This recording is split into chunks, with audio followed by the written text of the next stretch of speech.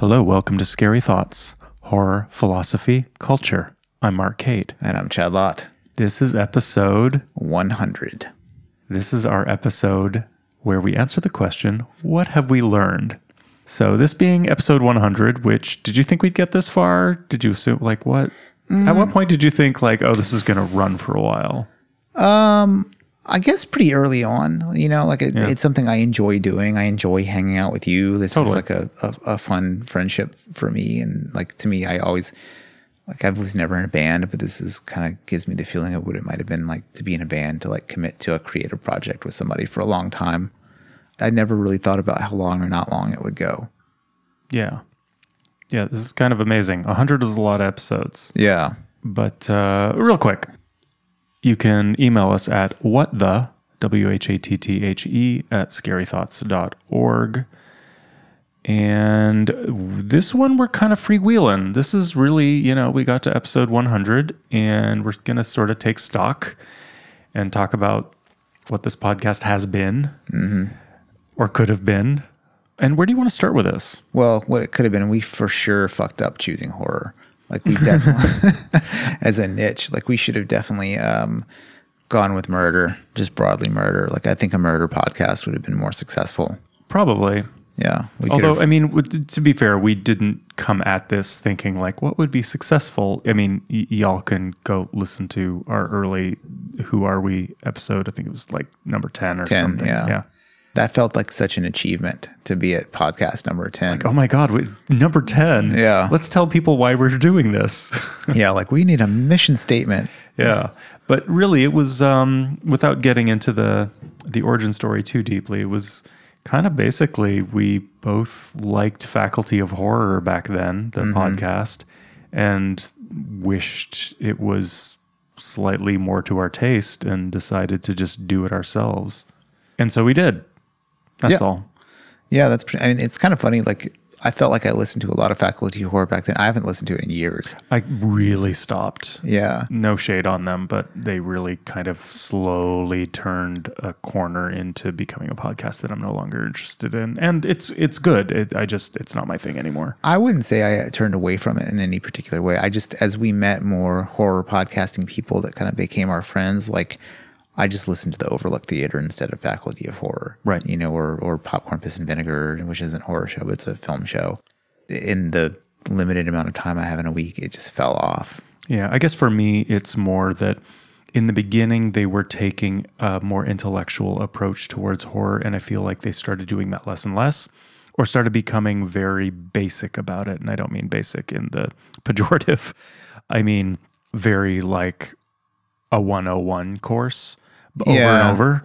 And that's great. It seems to me that they are serving a really interesting function to introduce people potentially to thinking more deeply about horror. But as a listener who thinks very deeply about horror, it feels less and less important to me.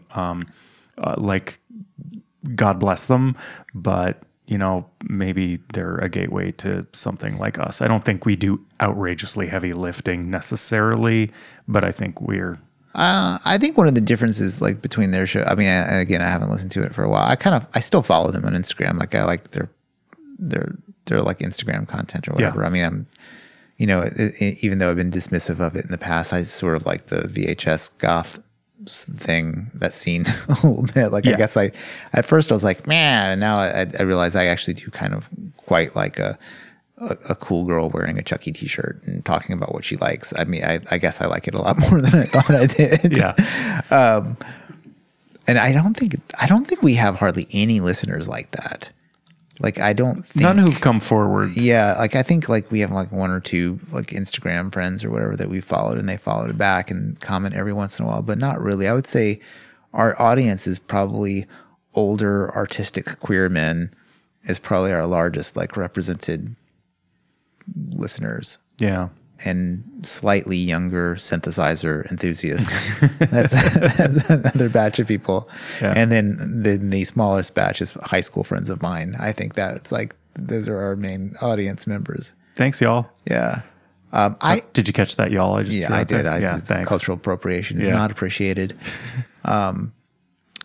I guess I sort of expected us to have like a larger fan base of mainstream horror fans. I thought we would have attracted like kind of a more like horror scene, like not so like our friends are like real weirdos like that listen, and they're and I like that too because that's kind of how we are. But we're not getting invited on a podcast to talk about the new Texas Chainsaw Massacre or anything like that. Totally. Well, I wonder if there are two, although we were just invited to Race Trader to talk about Mulholland Drive, which is great. Right, but they're in the category I would consider as like weirdos. Totally. Like us, you know? I wonder if there are two things going on. One is that most people who are, quote, into horror are into horror not in the way that we are.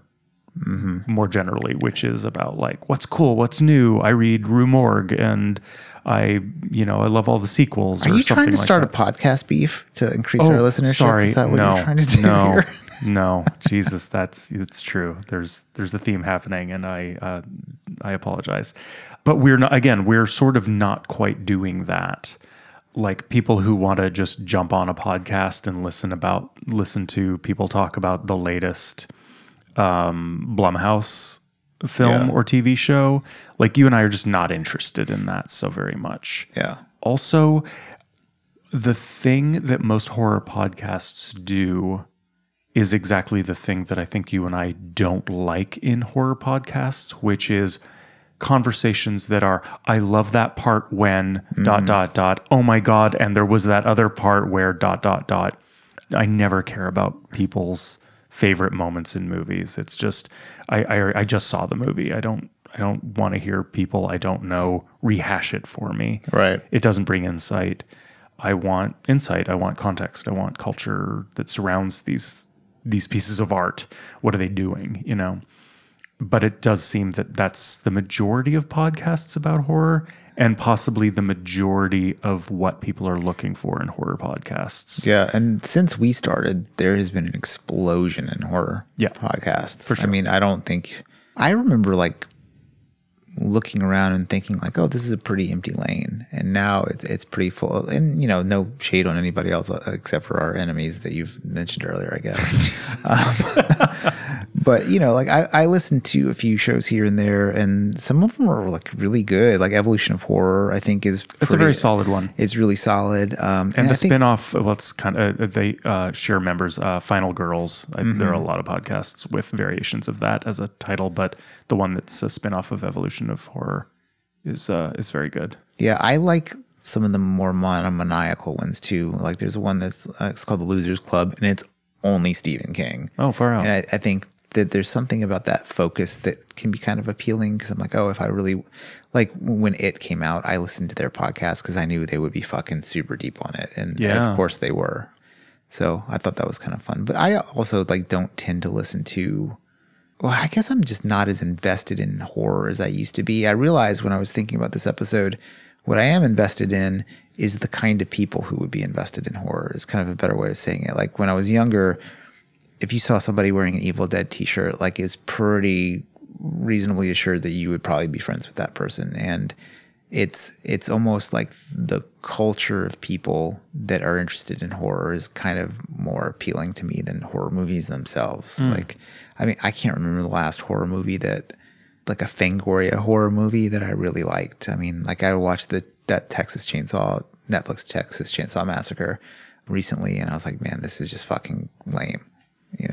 Yeah. Although I did find a lot to think about afterwards, which are kind of like is always the mark of a kind of interesting movie. But right. Is that despite itself or because of itself? Well, there are choices that the filmmakers made that I responded to. Yeah. But most of them were like kind of funny takes. Like I thought that the woman who's like she's basically doing the Halloween Kills cover in it.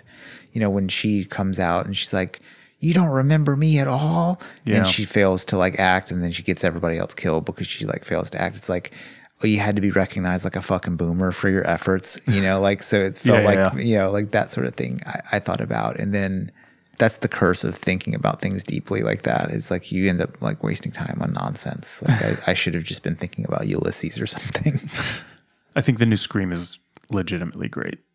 I haven't seen it. It's really good. I realize what I like the most is horror comedy. Like if I was like, that would be another. I mean, obviously, I don't think I would want to be so narrowly focused in a podcast. But if I was to like, it would be over so fast. It would be over. There's not a lot of horror comedies, and not a lot of good ones anyway. Jeez, that's for true. Yeah, that's true. There are actually a lot of horror comedies, and almost all of them are profoundly terrible. And some of the ones people love, I'm just like not that into, like Tucker and Dale. Oh, I love that. I do love that movie. I just didn't love it. I thought it was going to. It has like people in it I love. I might have to give it a second chance. But, you know, for me, Shaun of the Dead, for example, I absolutely adore.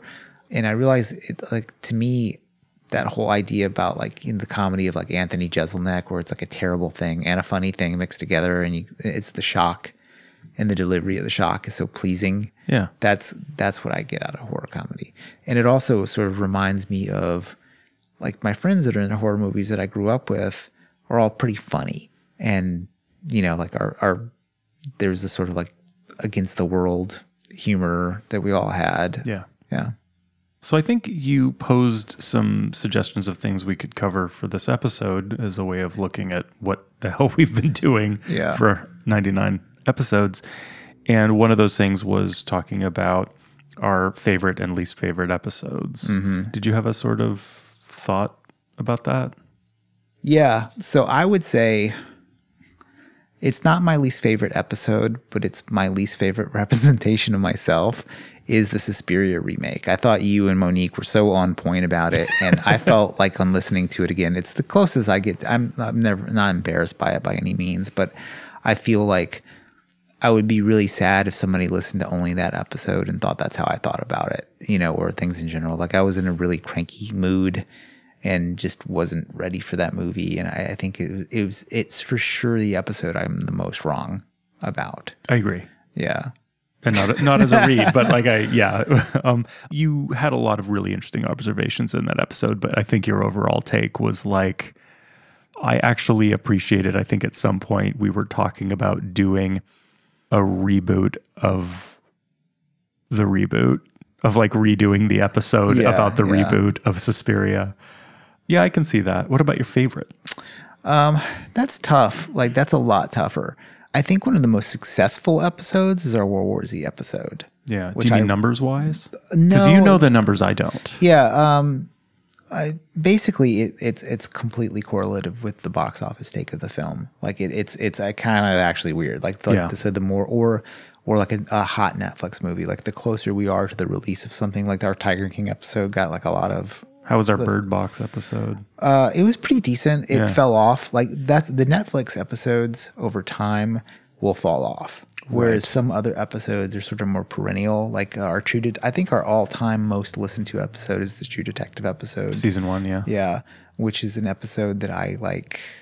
I also really, I mean, Eric Davis was on it, and I just had I'm such a fan of him, and so to talk to him was really quite a delight. I honestly wish I had kept better in touch with him. Yeah. But is it my all-time favorite? I don't know. Like, that's a tough one. But I think it might be like a good one. The Pontypool episode was actually, I think, pretty good because we got really into like the William Burroughs thing. I think it was like a... Did anybody listen to that episode though? Nobody's seen Pontypool, so yeah, it was. That was such a good one. movie. Yeah, but I think it was good, and it was also one of those ones where like I had done a lot of thinking about it. I read a lot of secondary material. I read the book. I saw it, so it was I felt very informed going into it.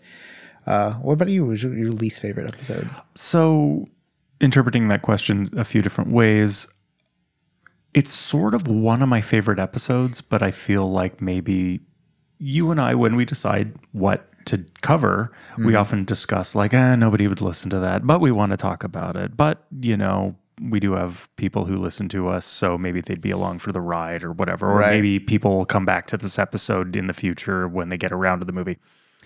We did an episode about Faking It Phoebe, which was this self-published novella that we do. And we did that episode with our friend Meg Elison. And I thought it was a really good episode about something that no one knows about. And that was kind of part of it. Yeah. But if you're scanning through your podcast app and you're like, what Scary Thoughts episode should I listen to? You're probably going to hit something that you know about, because part of this podcast for you and I is you have to have seen the movie or the TV show or read the book. Like there's spoilers and we talk about it we're not introducing you to new material. We're talking about something you've already seen. That's the hope. But we covered something that no one is going to read. A self-published vampire novella. Yes, exactly.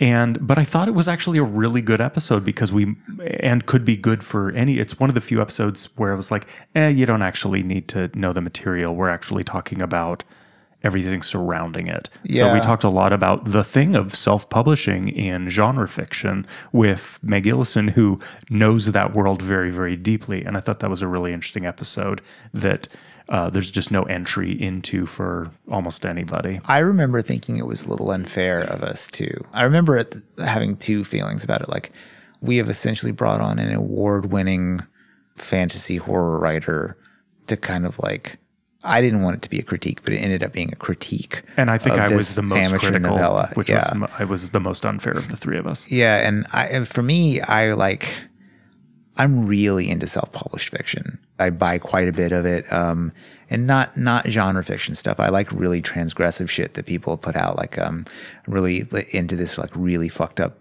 writer, Delicious Tacos, and there's a lot of like anonymous writers who are just writing such harsh shit that they would be extremely canceled. And so I kind of have a taste for it. You know, there's this whole thing right now about people like, read banned books. It's like, oh, really? Like, do you even know why this book was banned? Somebody fucking jerked off in it, and like somebody get mad because they didn't want their fourth grader to read about it. Like, it's not some fucking hashtag. Like, it's just like the people defending it are these like farmers market tote bag Democrats.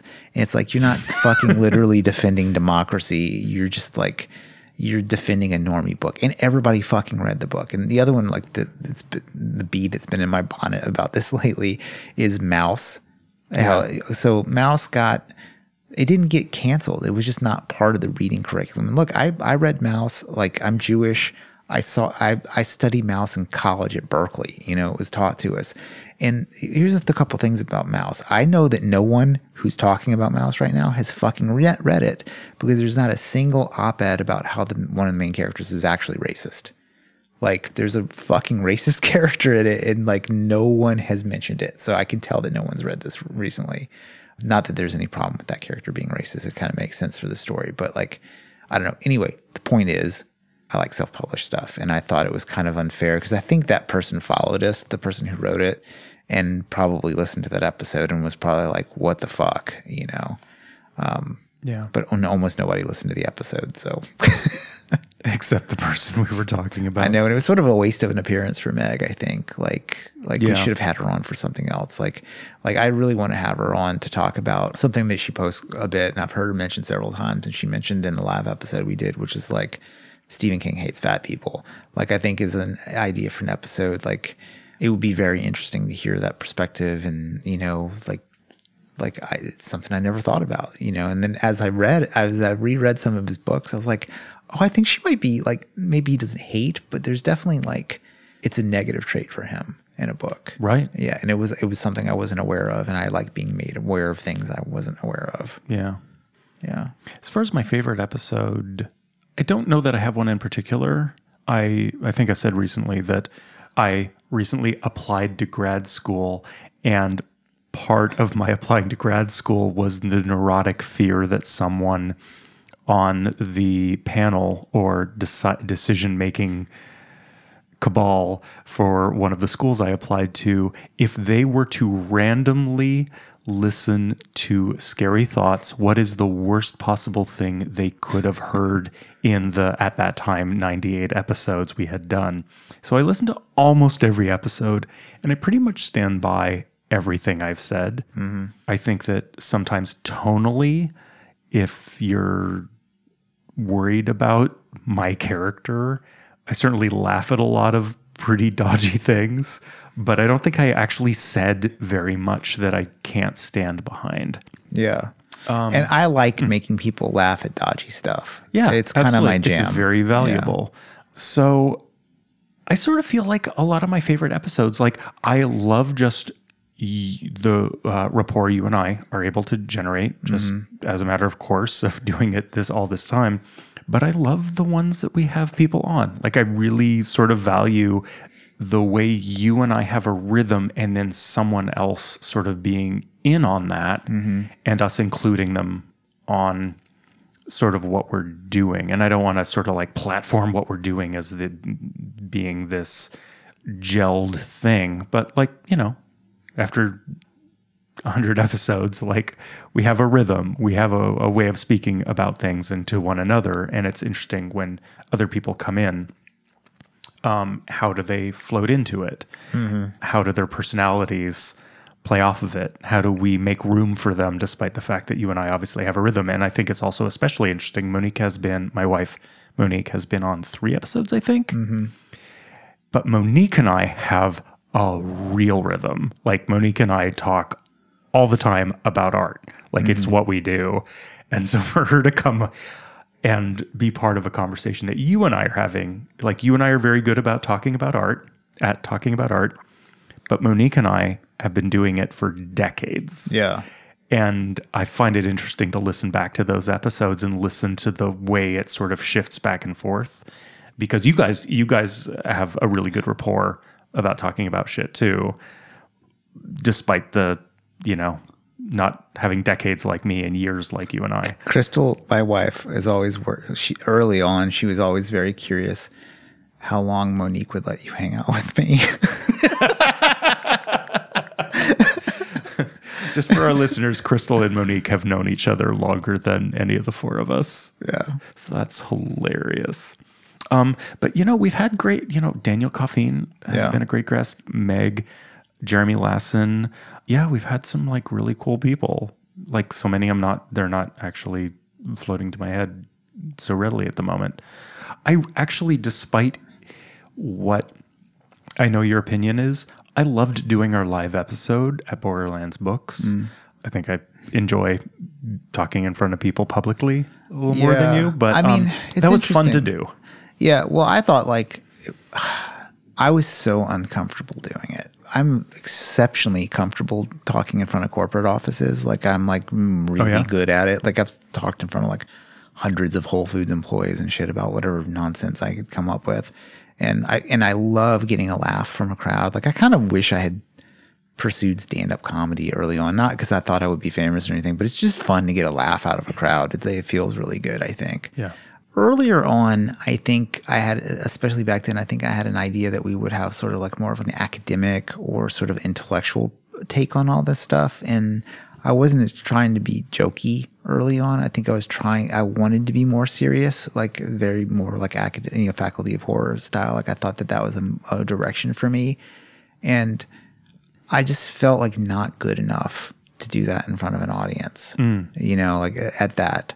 And then I don't think I was getting as fucked up early on. Like I think if we did it now and I was like really stoned in front of an audience, I think I might kind of enjoy it a little bit more. But I just felt so self-conscious doing it. Interesting. It was so bright. Like it's just a bookstore, like in the middle of... We're talking about horror in the middle of... a horror bookstore. Yeah. But yeah, and there are like people coming in and out. It just felt like, who are these fucking dorks? Like that's how I kind of felt, you know? They're our valued customers. Yeah. And then you had such an experience like performing in front of people. And Meg, I don't think she had won the award yet. No, she had already won and then Jeremy's like, you know, doing that professionally forever. So I felt very like outclassed in that conversation. Right. If you were to give somebody one episode to listen to and you're like, hey, I want to listen to your podcast. I often get this question. I'm like, I don't fucking know. Like, other than like just listen to something you've probably seen would be.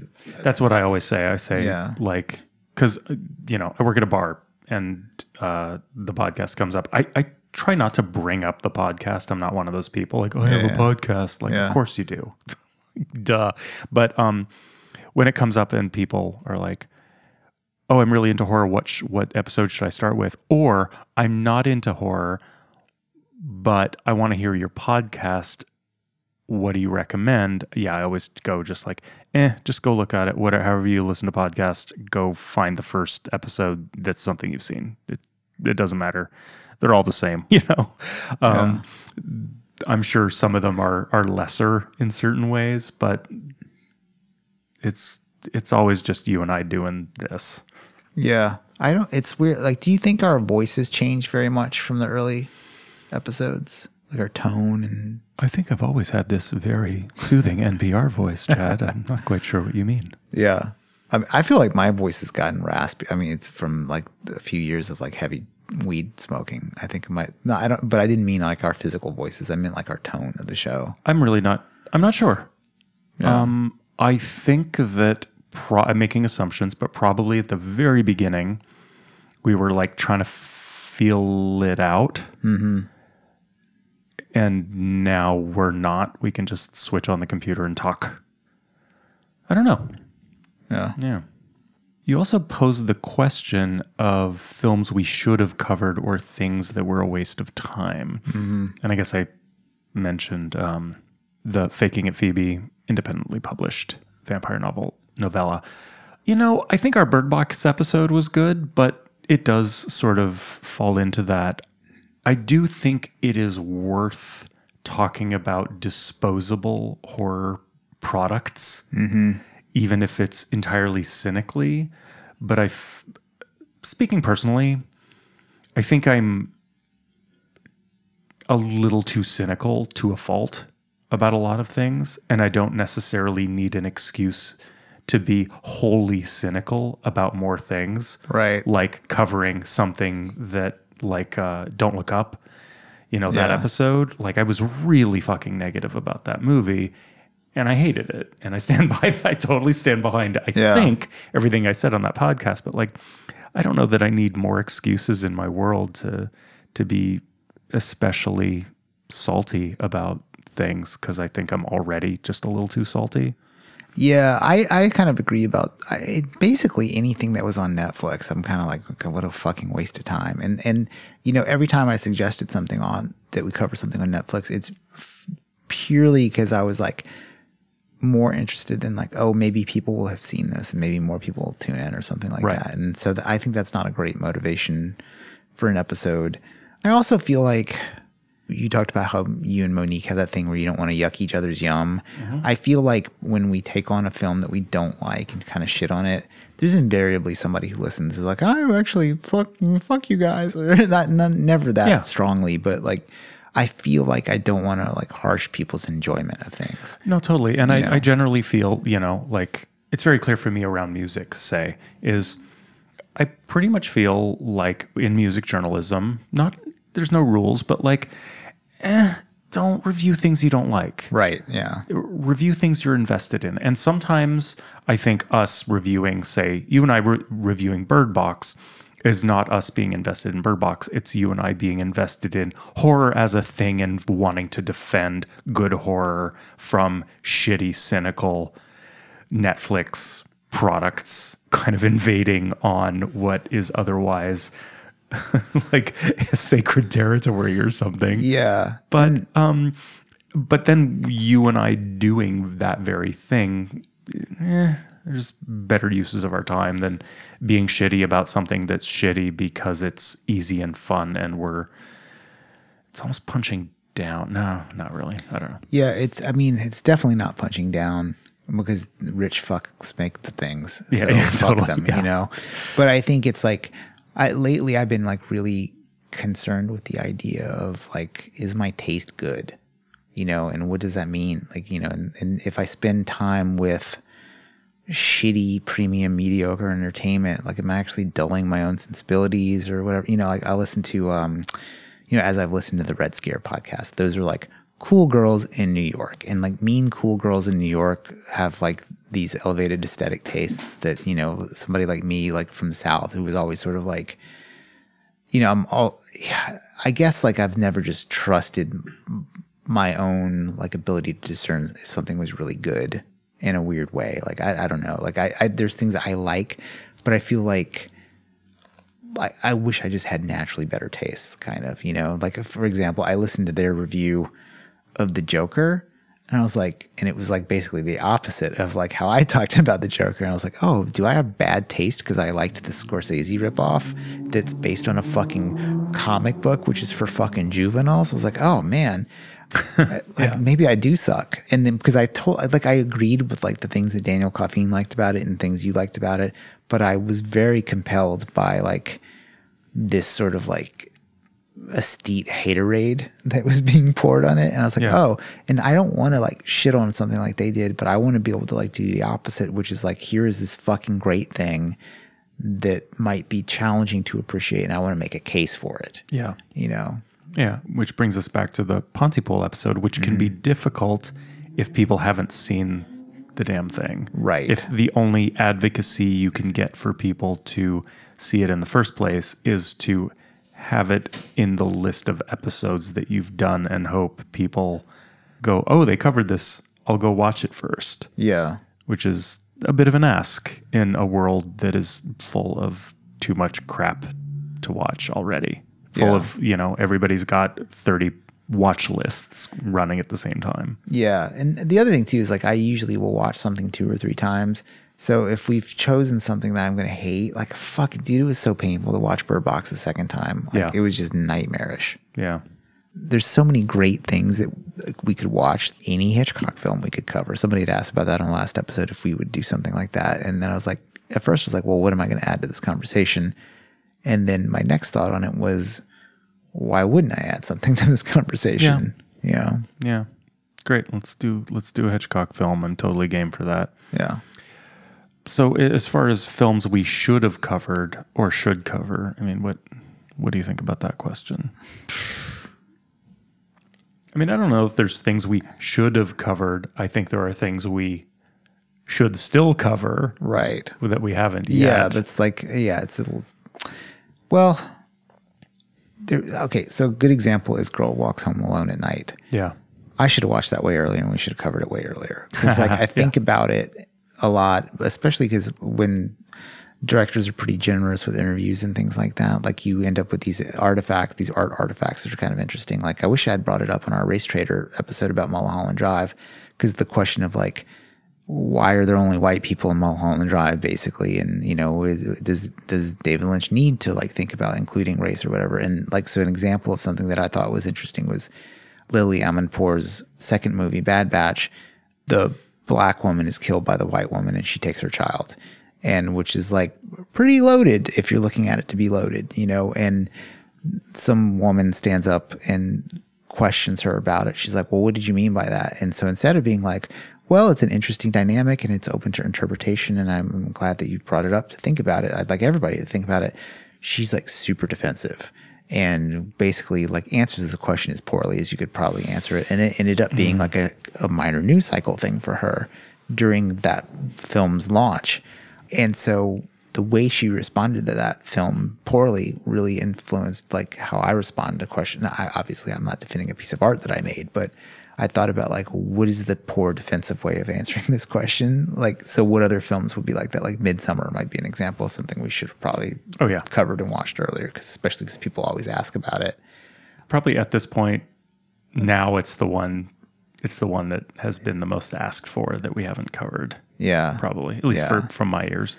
I think weird adjacent films would be something I would be more interested in getting a little bit more into, like an Akira episode that's kind of sci-fi horror. I feel like that could be something that we would have covered, or we haven't even touched Japanese films at all, and there's like a lot out there. Yeah, although I'm not as a rule, but I still feel what I've felt since episode 1, which is that I like to come to these things with a certain confidence and knowledge in what's going on around it and in it and how it was made and why it was made. I love like House, the Japanese horror movie. I love it.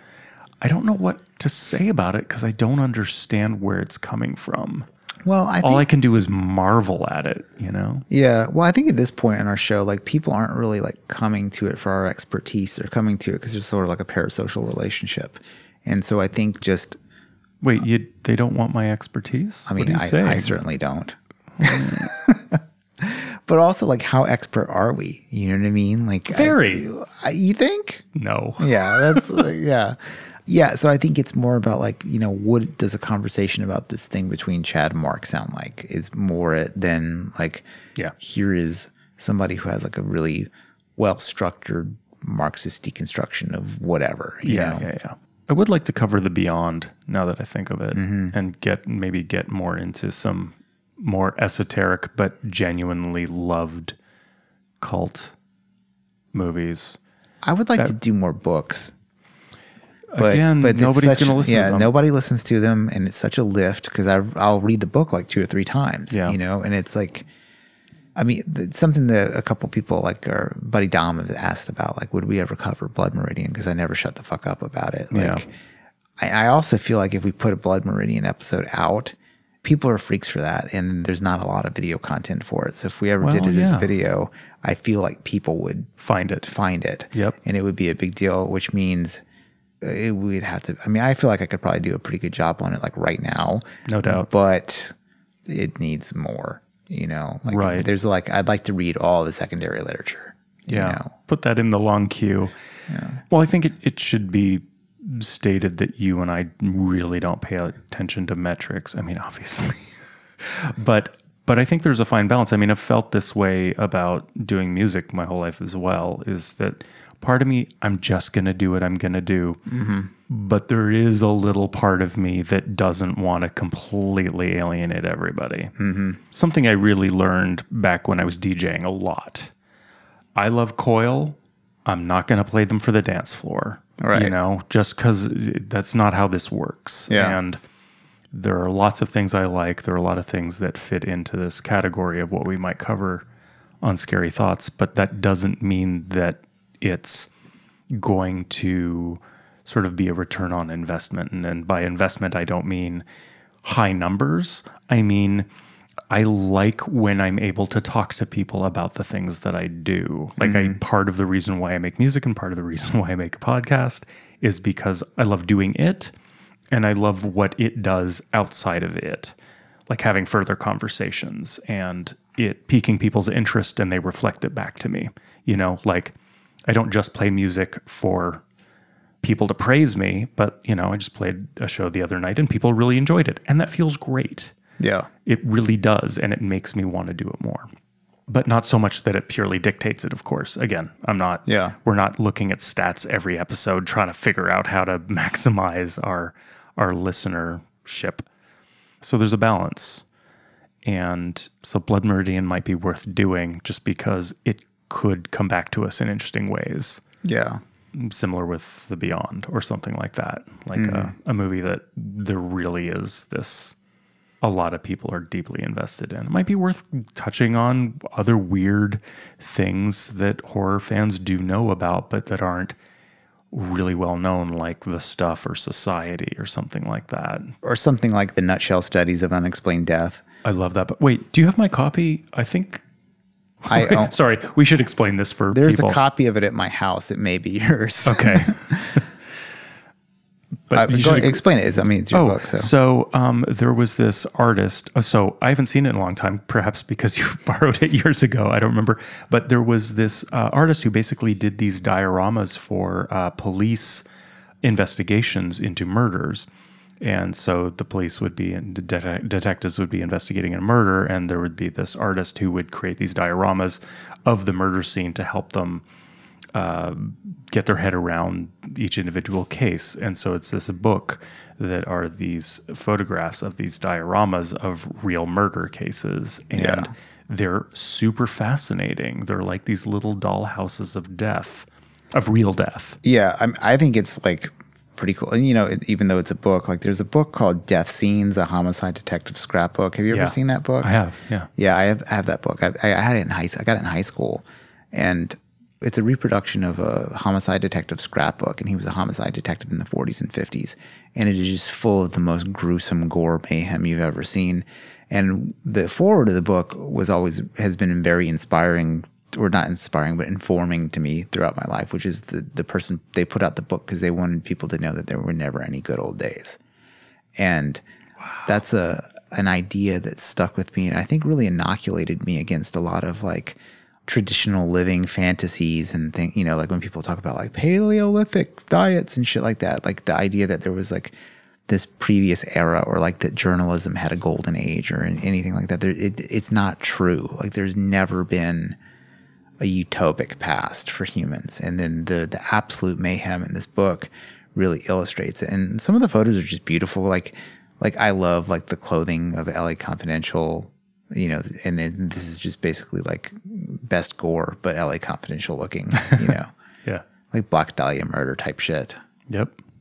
Like, but talking about that would be interesting, I think. Yeah. I think when we started this podcast, we thought to do more ideas, you know, like we had an episode about Facebook, for example. But doing those episodes is a lot heavier lifting. Yeah. I feel like it requires more reading and more time spent. And it's tough. It's tough to do all that extra research to make it worth doing is hard work. I don't feel like I read nearly enough. I feel like I should read more for this, you know? Yeah. I mean, that's even with like reading like 100 books a year. I feel like I could do more, you know? Like, Oh, totally. And I'm about to start school. I don't know what's going to happen to my reading. It's going to be through the floor. You're going to have to read about people's feelings. Oh, God. Ugh. Love it. So there was also posed the question of where we thought the show would be, like where, I guess in the early days, where we thought it would be in the later days. Personally, I feel like probably this.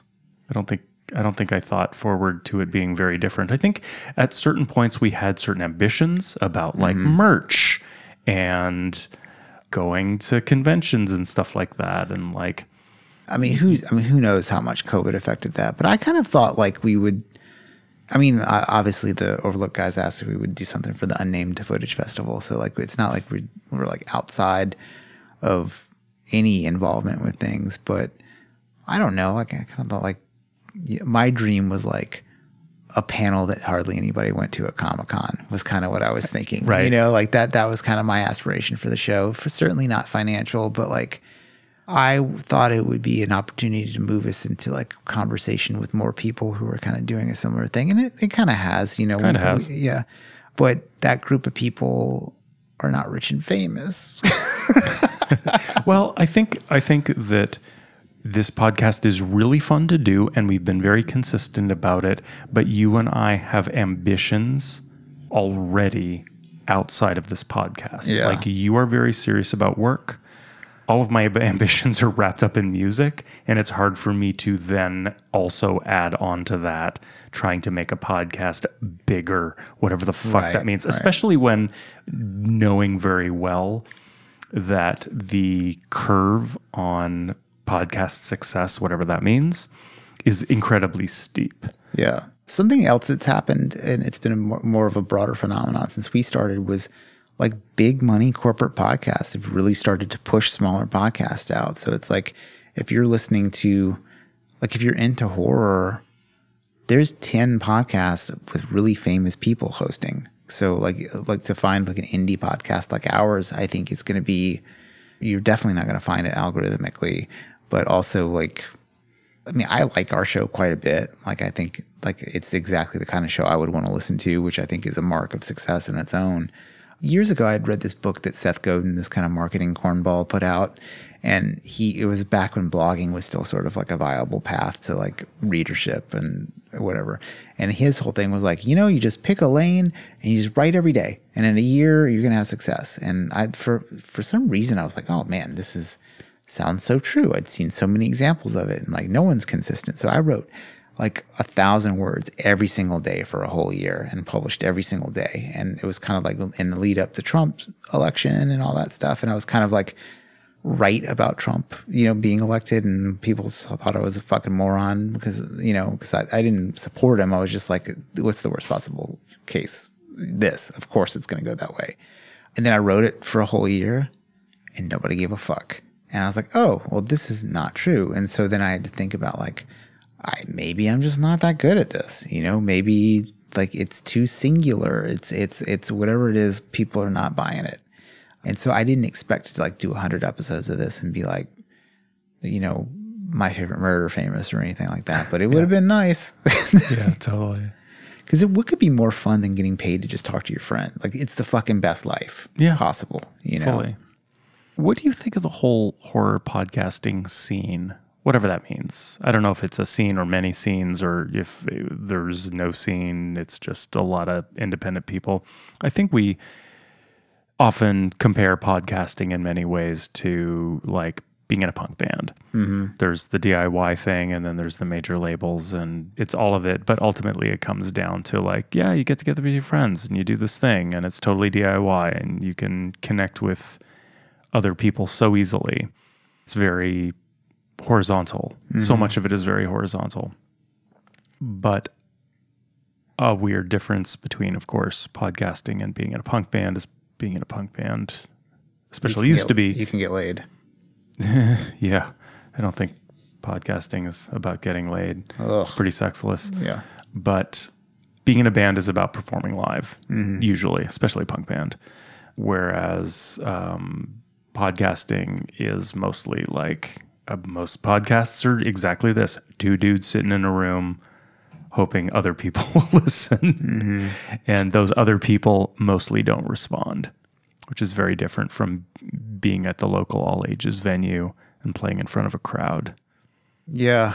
COVID obviously like skewed a lot of this, but I feel like we could have probably had more of an opportunity to like go out to Terror Tuesdays and meet up with people and do like, Instagram live stuff. Like if we were really like trying to make it as podcasters, there's certainly a lot of things that we could have done. Yeah. I'm very uncomfortable being like seen, I guess. Yeah. Like I like, it's not your thing. No, I mean, I would be mortified if people recognized me on the street. Like it would be like alarming to me in a way. Like I wouldn't enjoy it at all.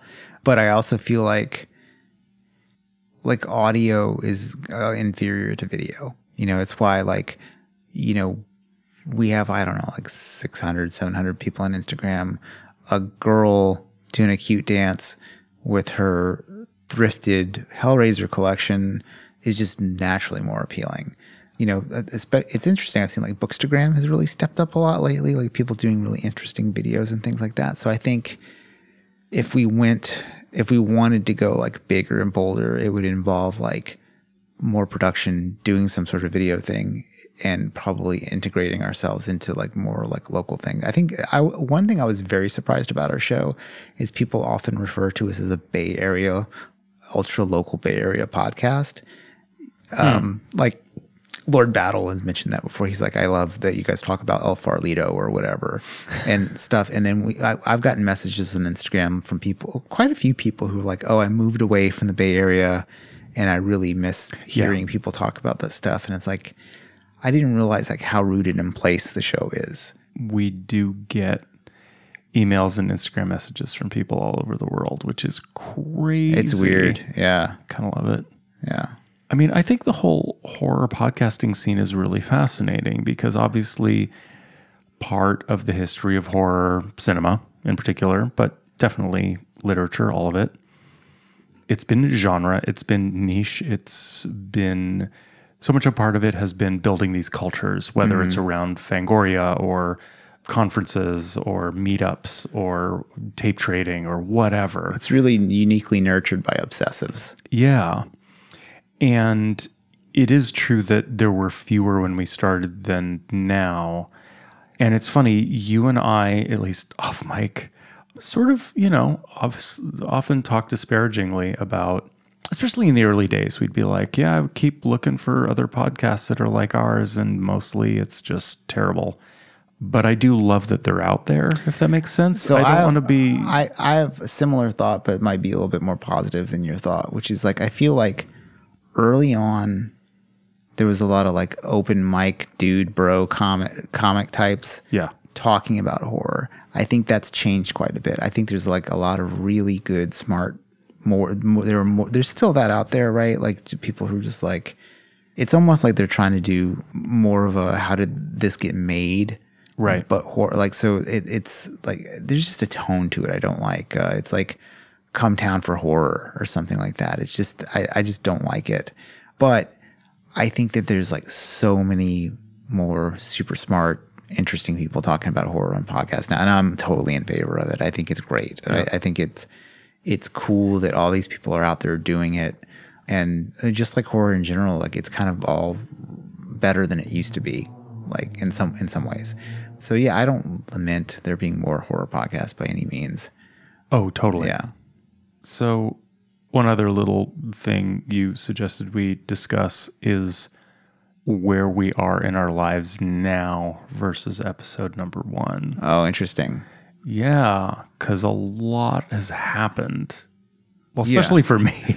Yeah, you've changed.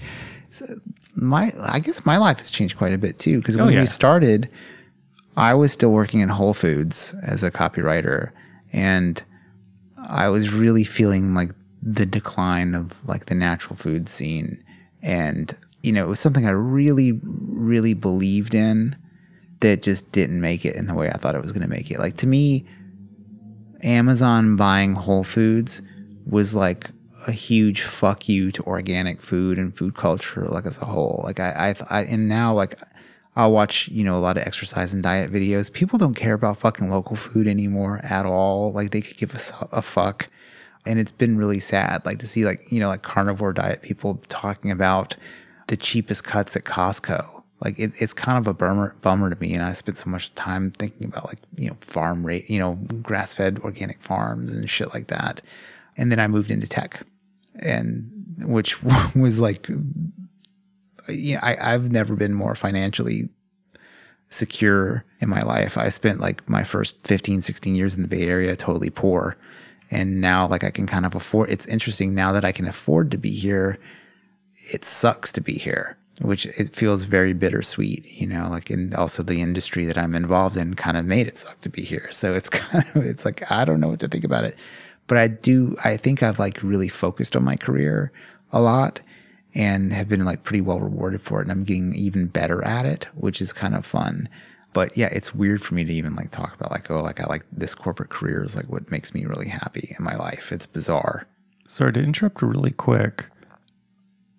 I want to ask our listeners, would it be interesting for us to do about the horrors of the Bay Area? I mean, it's just going to be me talking about how shitty Oakland is. For well, like it would be me talking about how shitty San Francisco is. Like, I love San Francisco. I will probably die literally in this apartment.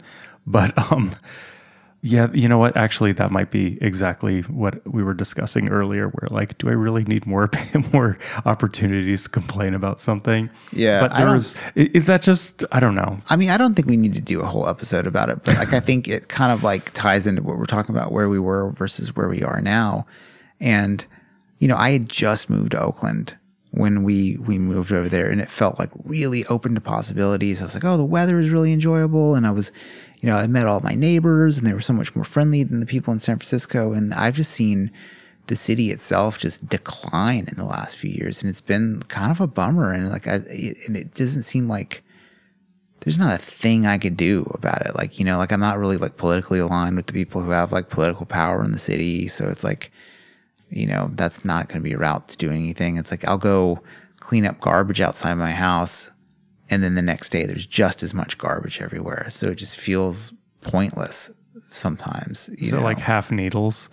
It's not half needles, but there's always needles. Yeah. You know, like there's just enough. And that's it's like, I thought there were needle exchanges. Like, what the fuck? Like, are they just exchanging them into the ground?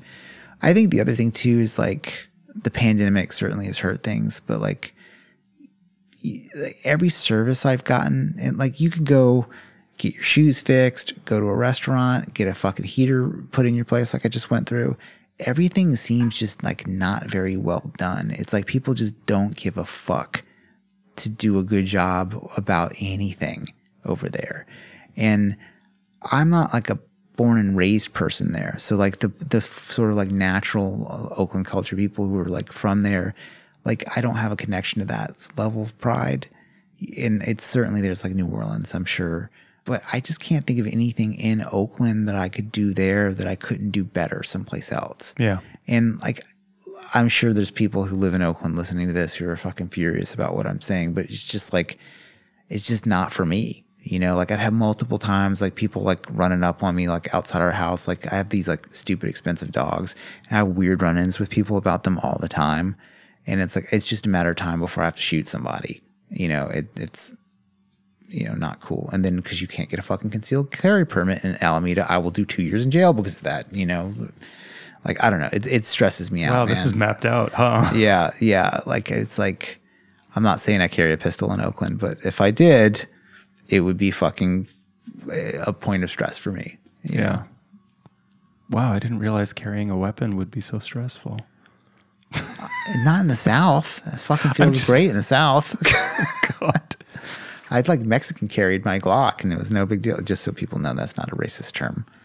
What Mexican carry? It's when you put a gun in your belt loops and you don't have a actual holster. It sounds not wise. So no, it's fine. But like it's kind of interesting. Like the term, even though it sounds super problematic, and I understand that people would take it like that because it seems like, oh, you're just some fucking vato sticking a gun in your pants. It actually has a history in the Old West where the Mexican government banned visible weapons. So vaqueros, who were like, you know, people who carry guns in Mexico, would put them into their pants and then pull their shirts over. So it was like basically early conceal. And it was like, because it was the Mexican government, it was Mexican carry. Got it. Yeah, interesting. I don't know. Yeah. Yeah, weird. I probably shouldn't talk about guns as much as I do on this show. I don't know if that's true. Yeah, I don't know. Well, that brings me to another thing is like, I initially thought that we would be much more disagreeable with each other on the show. Like I thought like upon first meeting you, I was like, this queer. No, I'm just kidding. No, but like, I mean, and by that, I mean Canadian. But I thought we would like get into more arguments, and I thought I had more of a taste for debate. I actually don't. Like, I don't really like debating with people or arguing about things at all, really. I used to. Yeah, I used to as well. I was a real dickhead about it. Same. Yeah. I think at some point I just realized, like, I'm not convincing anybody. I already know what I think, so what's the point in pretending I can convince someone else? Like, browbeating someone into admitting they're wrong just strikes me as being futile, never works, is totally ego-driven in the shallowest way. I'd rather just like find common ground, or at least find something to laugh about, you know? Yeah, yeah. I feel like if we were disagreeable with each other, more people would listen, though. Like if we argued. Possibly true, but the most common thing that people say about this podcast to me is, I like that you guys disagree and don't. All right, like how you guys don't agree about things, but like we don't argue. I think I'm slightly more argumentative than you are. Yeah, I think I am. Which is weird. I wouldn't have thought it would have been like that. Yeah, like if you were to like put our stats on baseball cards, it'd say, who do you think is going to be worse? You would think it would be me, but it's maybe, you know. It's like, despite being Canadian, I'm just slightly less polite. Well, you people really showed your true colors recently. Oh, God. Yeah. See, I can't leave San Francisco for Canada. It's worse. Yeah, it's pretty amazing. Canada is like really stepping up into the shitty world stage. I mean, it's like right now in the Ukraine, you have President Zelensky fighting. Oh, I don't know if he's fighting, but like the propaganda is that he's standing tall in Kiev against the fucking Russian army. Some people honked their horns and Trudeau went running, like, and the fucking turned his country into a dictatorship. Which is absurd. Like President Blackface himself couldn't handle it. Oh my God. Yeah. Oh, shit. Well, you're American now. You don't have to worry about those tools. I'm still half Canadian. Oh my God. You should turn that half in. Can I? See if you can like redeem it for some. I'm going to go for a Moroccan citizenship soon, probably. Can you get Moroccan citizenship? Yeah, my dad was born in Casablanca. Interesting. Yeah, and I've had 2 conversations in the last several years with people from Morocco who were like, oh, your father was born in Casablanca? Do you have a passport? I was like, no. And they both completely separate, these separate conversations that had nothing to do with one another. Both of them said, oh, you should go get it. It would be easy. They probably want you. Oh, I'd love to go to Morocco. I'd love, like, imagine going to Morocco for the first time as a citizen. I think that's what I'm going for. Yeah. How weird is that? That would be pretty cool. Yeah. I mean, I've always been fascinated with Morocco because of William Burroughs, of course. Yeah. Well, I grew up, half my family, came from Morocco. So I kind of grew up where like the grandparents' house was covered in tiles. Not quite, but like, Arabic writing and paintings and artwork and books in Arabic. You must really love Only Lovers Left Alive for that. The love is deep. Yeah. I also expected your friends to be like way more against my perspectives. Yeah. But I don't know what it is. I guess I'm just not that like disagreeable. You are to me. Yeah, that's true. Like the thing I hear most often from my friends is, how can you possibly stand being around somebody so wrong so often? Because I know how the computer works. Yeah. One of my early regrets was like, I wish I had just been anonymous. I wish I hadn't used my real name. I wish I had, like, I was really, I mean, obviously I'm like really not like Trump type person at all, but I felt like just how I feel about guns, I felt would have like probably marked me as maybe like more conservative than I am to like our listeners. Right. But I feel like more people probably feel like I do than don't, like on a lot of subjects. I will say, though, that as a result of this podcast and talking to more of like my friends and extended people who are sort of clearly more like liberal Libtards, on the left. yeah. Libtards. As a result of this podcast, I have discovered how many more of them are in favor of guns, who own weapons, who have fired weapons, who are agnostic about gun control than I might have otherwise. And I don't mean they're secretive about it, like, oh, I'm secretly, I agree with Chad. I more mean that as a result of just talking about weapons more liberally than I might otherwise, I'm discovering a lot more people sort of like in my circle of the world that are actually totally fine with or into guns that aren't quite as public about it, probably because of how polarized the world can be about single issues. Yeah, it's something I don't talk about at work at all. Like it's really like that does not surprise me. I mean, I was just like, nope, it's up there with like wearing a mask. It's like it's just a conversation I don't have at work. Yeah. You know, and to me though, like there's a greater than zero chance that I will encounter a violent situation, especially where I live. And like, even though I can throw hands, like I'm not a big person, you know, and like if there's more than one person and I don't want to get Reginald Denny'd, I want to like execute every person in my line of sight that's causing me a problem. And like, I mean, I know that sounds really harsh to people, but like I would rather shoot somebody than be brain damaged. Sure. Throughout my life, you know, and to people who are like, oh, just turn the other cheek, it's like, whatever, dude, like you could do that if you want to, but for me, how noble for you. Yeah, and I just don't think that like another person should be able to make that decision for me. You know what I mean? It's like, I'm gonna Yosemite Sam your ass, like I'm not having it, you know. And I'm definitely not one of these people who's like, I'm going to stand in the Starbucks and order my fucking Frappuccino with my gun because it's my right. Like I think of like firearms as like, I don't want people to really, like I don't discuss what I own. You know, I would never open carry around someplace. You know, I'm not going to a protest with my AR. Yeah, none of that shit. Like for me, it's totally about like, in the event of a really negative situation in my life, I want to have like that option, you know, and I don't think another person should be allowed to make that decision for me of if I have that option or not. Yeah. You know, so whatever. I mean, I guess it's pretty harsh. Man, I've been really harsh on this episode. I thought this would be a more jubilant, joyous affair. We're celebrating 100 episodes. Yay! With like just I thought we'd be famous and I hate Oakland and I'd like to shoot people. Like but I really have noticed like my mood in the last couple of months has been really like on edge, and it's for sure because I haven't been smoking weed. It might also be because quarantine is over and you don't want to go back to normal because you liked being oddly enough, I've been going out quite a bit lately and really kind of liking it. Yeah. I think, you know, when I went on this trip to LA last week, we were all telling all these stories and funny stories. You know, you tell people about things you've done.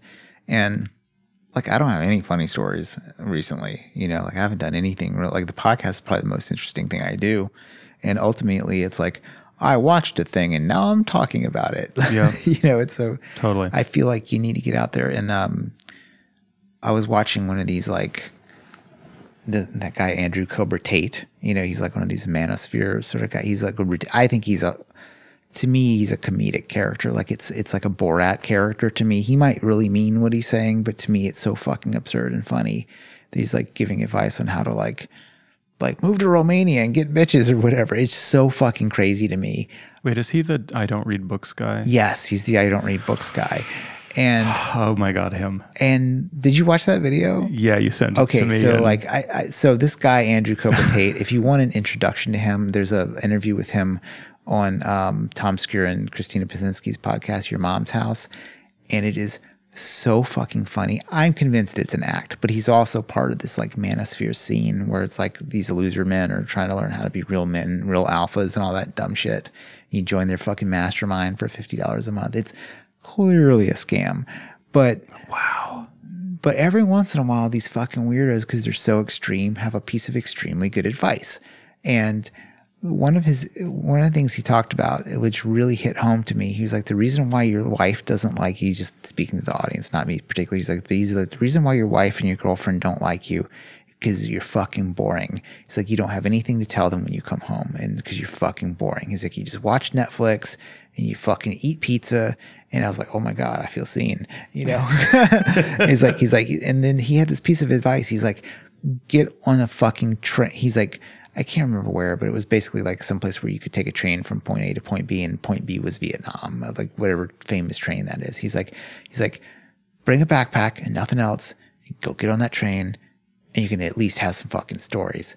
And I was like, and I thought back to like my life where like when I was the wildest, I was like, oh, that's when my wife loved me the most, you know? And she'd be like, how was your evening? I was like, oh, I got in a fist fight with somebody at the bar. It was awesome. Like, you know, and I'm not like trying to like maybe necessarily get that, but, and to do that, you have to go out. You have to leave your house. And now that like things are opening up, I think I'm going to really take advantage of it in a way I didn't expect I was going to. Cool. I think I mean, you see me how many nights out the last couple of weeks? More. Yeah. It's, you know, more than zero. It's huge. But you guys are so, you and Monique are so social. It's actually kind of inspiring. Oh, thanks. Yeah. We've just kind of always been that way. She far more than I. And I say this as someone who's like spent years as a DJ. I just like being out with people. I'm more comfortable there. Yeah, I think it's bad for writing. I realize, you know, how I was talking about, I've been trying to write and I've been stuck inside and haven't like my writing has just been bad. Like oddly enough, really good at work, but like for my own personal writing, not so good.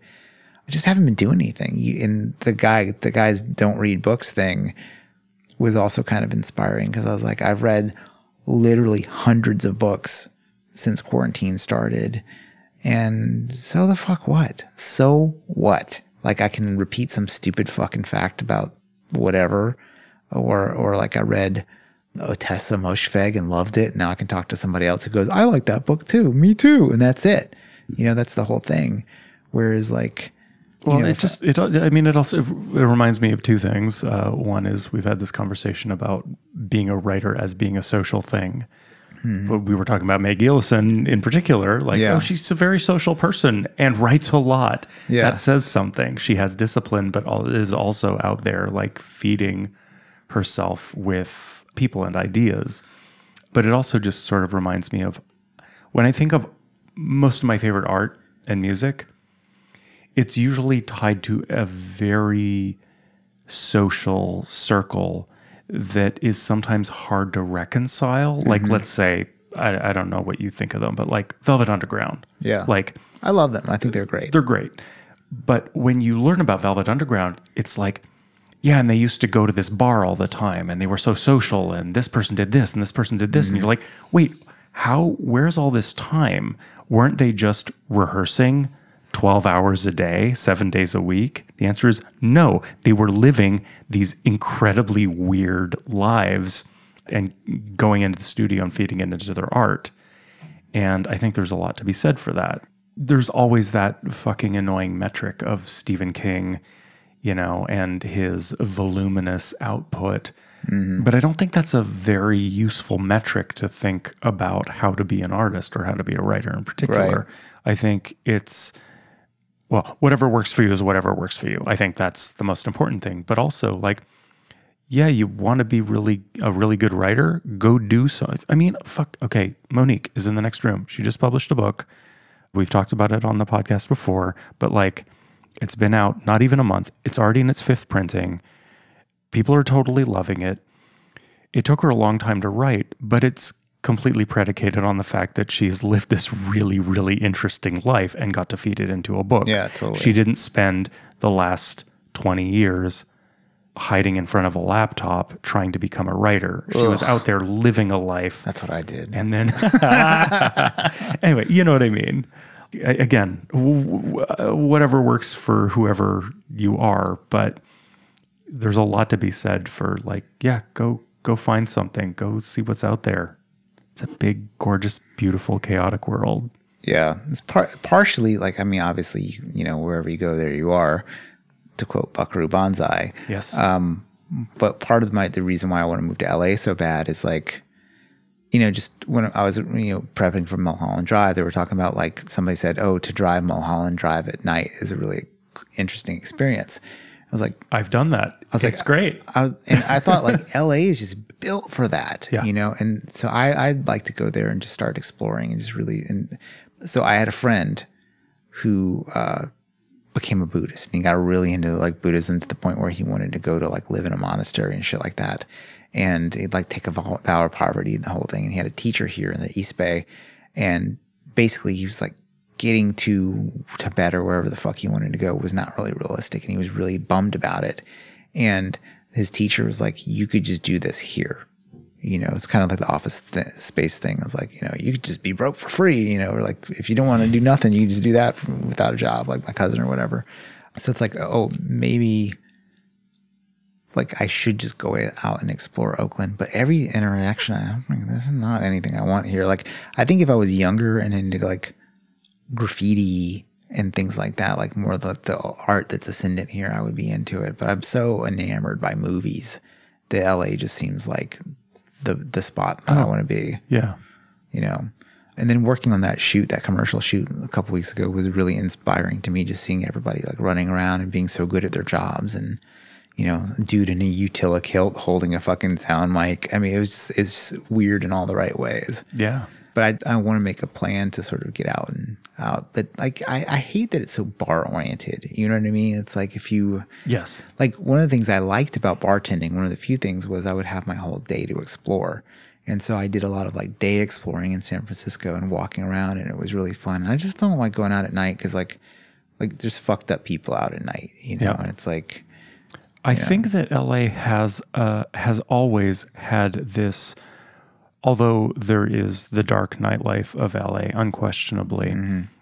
Los Angeles also has always had this health, vibrancy, work ethic that is actually, Spalding Gray has this great part of, I think it's Monster in a Box, where he's talking about everybody in LA being ready. Yeah. You know, they've got their juice and they've already, you know, done a 2-mile run, mm-hmm. and they're ready. And I think that there is a daytime socialness to LA that is pretty real. Also, you can be outdoors in LA. I know you don't live in San Francisco, but, you know, the weather in San Francisco is not almost at any time of year conducive to hanging out outside. Whereas in LA, you can kind of hang out outside most of the year. I really miss you can have a yard. Like sitting on porches in New Orleans, like the like porch culture. Like so cool, especially like pre-cell phones. Like it was just a thing. You just walk around neighborhoods and hoping your friends would be outside. Like, so I haven't spent much time in New Orleans, but Monique and I went to our friends Vincentos and Gregory's wedding, and we stayed in, I believe it was Metairie. Anyway, it doesn't matter. We were staying in one part of New Orleans and the wedding was in another part. And we got dressed and we were like, oh, we're kind of running early. Let's just walk. The weather's pretty nice. We're not going to get too sweaty in our nice wedding attendee clothes. Yeah. Let's just walk to the wedding. And it was a hike, but it was worth it. And, you know, and it's an excuse to walk through New Orleans. And I swear to God, the whole walk, which is like 20 minutes to a half hour? Yeah, Marigny, probably not Metairie. Marigny, yeah, I'm sorry. I was like, there's no way Vincentos got married in Metairie and you could walk to it. Of course. The whole walk was people just going like, hey, how you doing? Hey, you guys look great. Like every block, people were like calling out to us with compliments and hellos. And I'm talking kids, old black folks, middle-aged white people, like just every type of person on every block was like glad to see people dressed up walking down the street. I was just like, my 2-block walk to the bar is stepping over half-dead bodies. Yeah. And this is delightful. Yeah. I feel the same way about my neighborhood. It's like I'm pretty friendly to everybody. Like I say hi to everybody. But the bummer is it's like almost everybody I talk to is homeless when I go outside. And it's like there's always invariably like, hey man, do you have any money? And like if I have any cash, I'll usually give people cash. I almost don't value it really. Like, I'm happy to give people, but it's like, oh, is that why this person's talking to me? Is because they eventually think they're going to get money from me. It's a bummer, It's like, I think, and also I just never have cash anymore. So I feel like when I walk away from somebody, everybody I talk to in my neighborhood, it's like disappointing, like, cause I literally, I was like, I haven't had cash in my hands in months, like for anything. Something just occurred to me, which is that I think I had a realization about maybe 12 years ago. Maybe not quite that long ago. I had done a bunch of traveling where I think we were in like Berlin, Zurich, New York, and of course San Francisco. And I'd been to a couple other cities within months of that. And every conversation I had with people somehow would always involve talking about real estate or the neighborhood. And I feel like that's persevered. In the 90s and aughts, that wasn't a topic of conversation. People didn't obsess over like, oh my God, it's getting so expensive. And oh my God, there's a Jamba Juice and this neighborhood's really changed. Those conversations happened. But at some point within the last 10 years, that became every conversation in every neighborhood on planet Earth. I don't know. Probably, certainly Europe and North America, right? And I am curious if that conversation is slowly morphing into the issue of homelessness, fentanyl, etc. Like if we're moving from a conversation about, oh my God, this neighborhood's really changing, to a conversation about like, oh my God, it's really shitty out there. Yeah, I feel like because is that everywhere, or is it just? I think it might be because we had dinner, just these liberal cities that we live in. I mean, like this is another liberal city, but I feel like when we had dinner with Tim the other night, like they live in like kind of a suburb of Denver, and he was like, "Dude, there's homeless people everywhere." Right. He's like, actually, it's worse there. He's like, I was really surprised. He's like, I watched the news and I see San Francisco looks like a hellhole, and he's like, and it's still pretty nice in most places. He's like, he was like, we had a delightful time while we were here. Yeah. And I was really surprised. I expected him to be like all crotchety and be like, this is not the city I remember, or something like that. But I mean, I have the same experience when I walk around in your neighborhood. It's still pretty cool over on this side. Like I think the last time we did a show where we recorded during the day not long ago. Yeah. And I spent the day walking around the Mission and had such a good time just looking at people. I really love seeing what young people are wearing right now. It's because it's very remixed and interesting. Yep. And then, sometimes you'll catch like a girl dressed like a girl that you might have, this must happen to everybody in America and like big culture cities, like every 20 years, like at some point, some older middle-aged guy saw somebody dressed like 80s style and was like, man, this brings back memories. Like, so you see people wearing sort of like kids, hackers type sort of clothes, like 90s inspired shit. And it's like, oh, it reminds me of being like 20. And like, it has a kind of a fun feel. Although is it also reminding you of like, oh, she's dressed like someone I was trying to sleep with when I was that age. Sure. And she's half my age and it's weird. Yeah. And I would think that like, I'm not trying to justify or anything but it's almost like I'm not looking at that person and being like, oh, it's like more like I'm like, oh, I remember that time and it was fun. Like it's like it's bringing back a memory for me that's fun, not so much like manifesting as lust for that person. Right. It just kind of just reminds me of like a time. Yeah. So like where like cocaine is the Madeline of the remembrance of things past. Yes. The smell of cocaine. Yeah, totally. Yeah, totally the same thing. Man, if we wanted to like pivot hard, we could do a 90s podcast because we lived through it and it's so hot now. We could just start 1990 and discuss the events and cool trends and movies of that. Although I feel like we're starting to dip our toe into the early aughts with electroclash-ish decadence culture. Yeah. I mean, it's already been adopted, discussed, and dismissed, but the whole vibe shift thing. Go. Well, there's an article. So this guy, Joshua Citarella, who has this sort of online writing thing called Do Not Research, donotresearch.org, I think. He was part of like the sort of like cool hunting group that sort of codified normcore a few years ago, like named it and all this stuff. He wrote this article about like the vibe shift, and it really talks about New York, and it sort of talks about the moving away from this sort of like dreary tech-inspired minimalism, woke culture, and towards sort of like an enjoyment of the early 2000s. It's like when people go through periods of sadness and depression, they kind of revert back to the last time in their mind when people had fun. And so this latest culture, it's like the early 2000s cocaine-fueled electroclash scenes. And also the sort of like Britney Spears, Paris Hilton without their underwear getting out of cars in LA sort of thing. Like, so that sort of like Juicy Couture, Von Dutch hat sort of thing is sort of like making a comeback in New York. And along with it is this sort of like rejection of like hard left woke values and sort of like ironic post, like Trump enjoyment and stuff like that. And so he wrote this thing about the vibe shift. And then I think Vulture magazine might have like The Cut, I think. Somebody else wrote like all journalism is just listening to a podcast and snitching on what the person said. Yes. Like that's kind of what it is now. Like there are people whose job is literally to listen to Joe Rogan and wag their finger. Like it's fucking nuts. Like this fucking snitch class of journalists.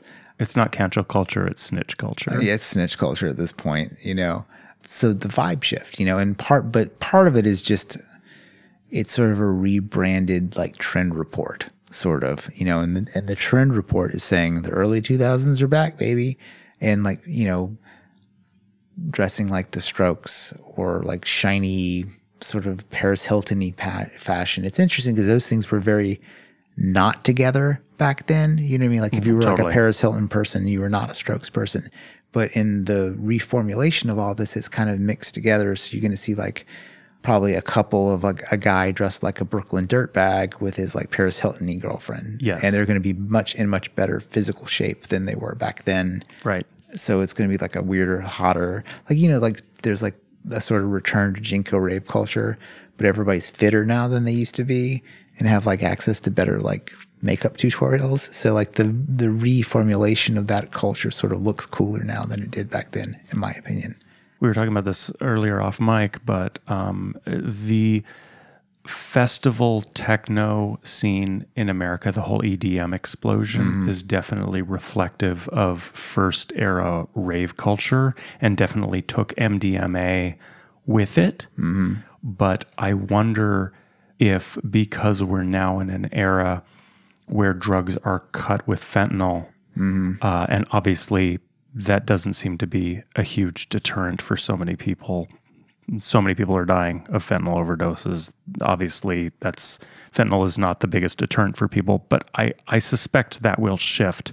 And I have a curiosity about a return of that sort of decadent electroclash moment, but potentially without the cocaine because it can't be trusted like it used to.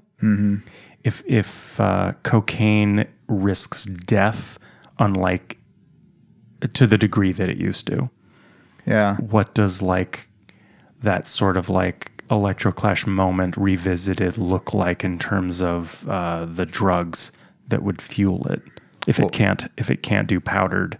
Yeah. Well, cigarettes are definitely back. Really? Oh, dude, cigarette smoking's up amongst the cool kids. Bummer. Yeah. No, cigarettes are great. They're fucking evil. They're delicious.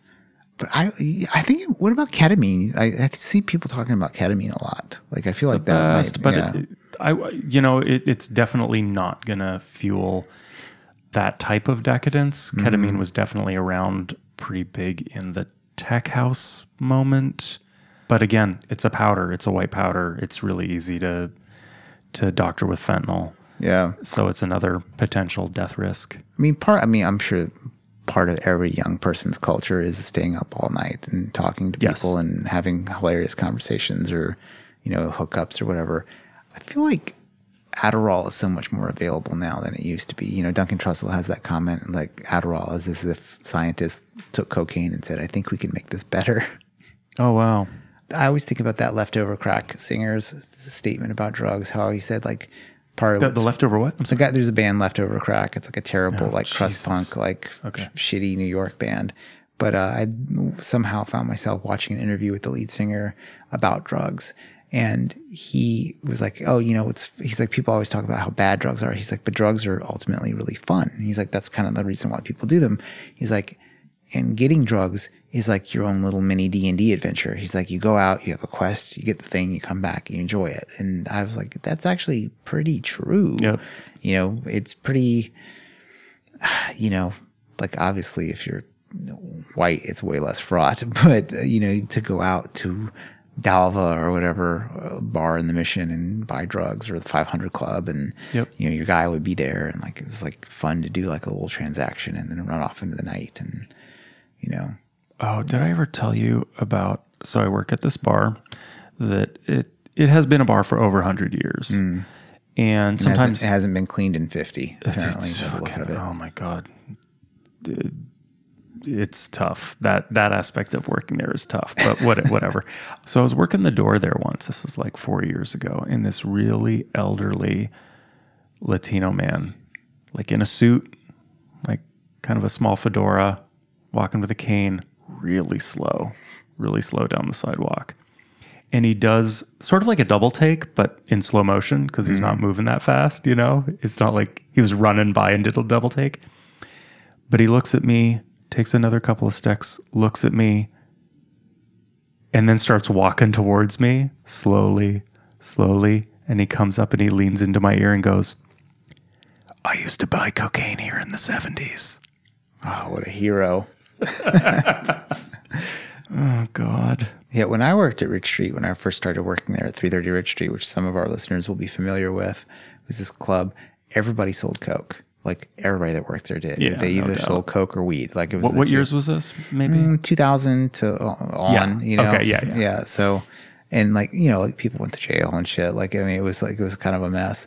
But it was like always around. Like just like I mean, I think it's probably any bar. I bet today if you were bartending at a bar, like it's everywhere. Yeah. Everywhere.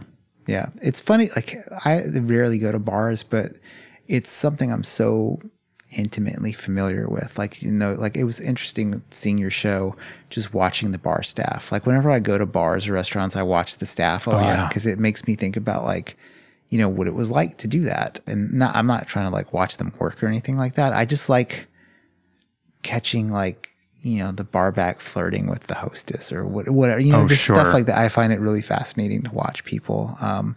Cause it makes me think of George Orwell's Down and Out in Paris in London, and the first section especially is just about his experience, like basically being a low life waiter in Paris in like the 1920s, you know. And what's so fun about that book, and it's the book that inspired Bourdain to write Kitchen Confidential, is nothing has changed. It's the same, you know. Like the bartender is stealing 2 bottles of wine to go home, you know, and like the manager of the place is a tyrannical drunk, and like the people are hooking up that shouldn't be hooking up, and like you feel it if you know what you're looking for. A thing that's very sad is I don't know how you would come to San Francisco and live in wait tables and like have that sort of life. Like how would you possibly do that? I mean, especially now it's such a bummer. Like you're not making any money. You gotta wear a fucking mask, and everybody who comes in is bummed out because they have to wear a mask, and like it just seems awful. Like, you've been doing it through it. Like it's fine. Yeah, you and my dad were really similar in that you seem to sort of like being the entertainer and the host, and you have like sort of like a pride in it. Like my dad always like your approach to it really reminds me of him sometimes. Whereas I just hated it.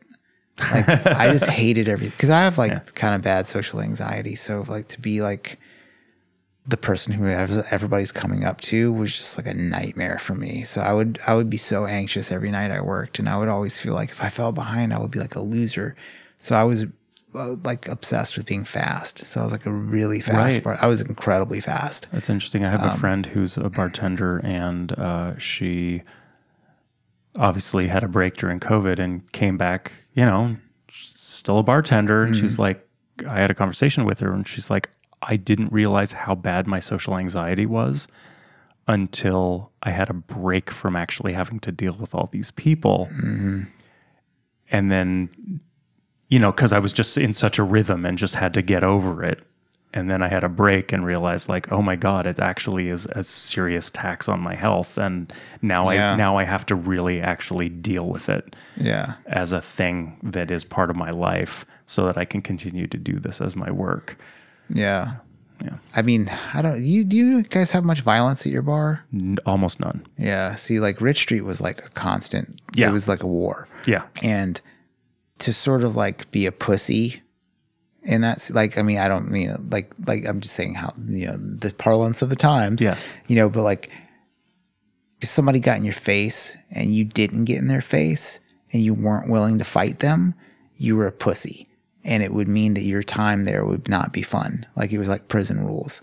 And so in addition to just like it always being really busy and always being fight, like the type of people whose faces I would get back into was fucking terrifying. Like people who were like really scary people, and I would be like, motherfuck you, like just like. And I remember when it would happen, I would just be like, I would see my friends, like the bouncers, like watching and being like, I felt like, you know, that Chappelle bit about like, you know, you always have to worry about that one white dude in a gang, like a crew of black dudes, because you have to worry about what he did to earn their respect. Right. Like that was my vibe. I was like, I cannot not be a fucking super dickhead in these scenes, you know. And it's amazing how like people back up if you're like a fucking, it's kind of weird, but like I was always like, eventually somebody is gonna like not call my bluff because I was willing to fight, but like eventually like it's gonna go bad for me. And I always thought it was going to, and it never, ultimately it never did. But like I was always like, man, this is gonna like be like, there's gonna be some horrible shit happen here, and it's gonna be partially my fault because I was being a dick, you know. And so I would have all this anxiety about it. Yeah, I mean that's part of the thing about like nightlife and bar culture and all that is obviously there's drugs and alcohol involved, and that contributes to an environment that just is generally elevated. So a confrontation can easily spiral out of control in a way that it wouldn't at a coffee house. You know where I used to have trouble with people, and it was less threatening because people weren't as big, as physically big as they were at Retreat. When I worked at Lime, because like people would get fucking lit there. Like, oh yeah, and they had no bouncers or anything like that, and so it was like usually mostly like pretty femmy dudes and women were like the staff. And so like all 5'8", 145 pounds of me was like sort of like the muscle of the place, which is ridiculous. But I used to have to grab and throw people out of Lime all the time, like really physically eject people. But because they were violent or because they had to go? Both. Well, not so like... Because I was in the Castro. People come, you know, when people did get weird and violent, it would be like a weirdo came off this. Like one night, so I think I've told you this story before. Like this dude dressed like Inspector Clouseau, just came off the street, walked in, and like attacked a table full of dudes, and like everybody was like, ah, like freaked out. I was like, you guys are fucking yoked. Like, how come you can't handle the situation? What are those muscles for? I know. Yeah. I was like, I would be stoked if I had these Adonis bodies.